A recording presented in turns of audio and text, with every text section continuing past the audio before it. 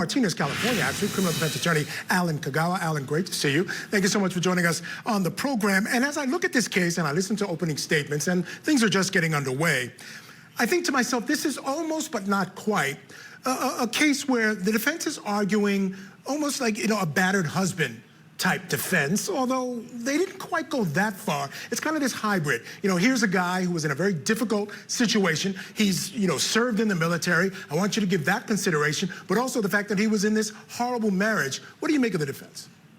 Oh, thanks so much for having me. In this particular case, I think you touched upon something very important, which is, the defense is bringing a lot of mitigating information. It sort of seems like they're almost kind of approaching a battered husband syndrome.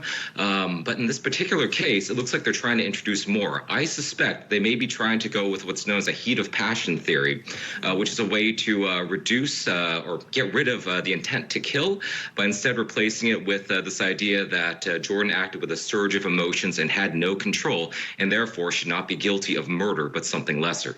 And, they're tying that to the military service and his duty in Iraq and also the training. But they use the word broke. They don't say that he snapped. They don't say that it was in a heat of passion, his defense attorneys. They say broke. But what do you make about the fact that he actually rendered aid? A lot of times, we hear defendants after a shooting or a situation where there is no aid render, but this man did. Does that kind of help his defense? Oh, absolutely. I think we've seen a number of cases where, say, the victim has been shot and then, the defendant shoots them multiple times afterwards. Those multiple times afterwards are evidence of an intent to kill. However, in a situation where someone immediately renders aid, the argument can be that the person, they snapped, they lost control, but as soon as they were able to think rationally, they rendered aid and therefore did not actually intend to kill.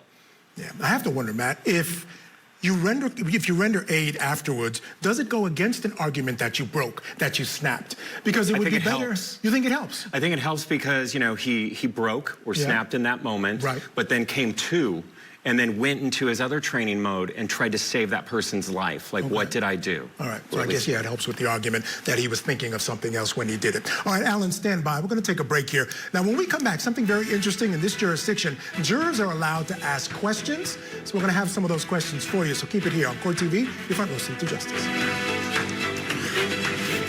Grieving widow or mastermind behind a murder. Monica Cementelli is accused of plotting to kill her husband. Famed celebrity hairstylist Fabio Cementelli. Prosecutors say she and her lover killed Fabio to collect a big life insurance policy. The defense may say she's a bad woman, but she wouldn't be involved in a murder. It's a whodunit Hollywood story, but will there be a twist that no one sees? The celebrity stylist murder trial, today, only on CourtTV.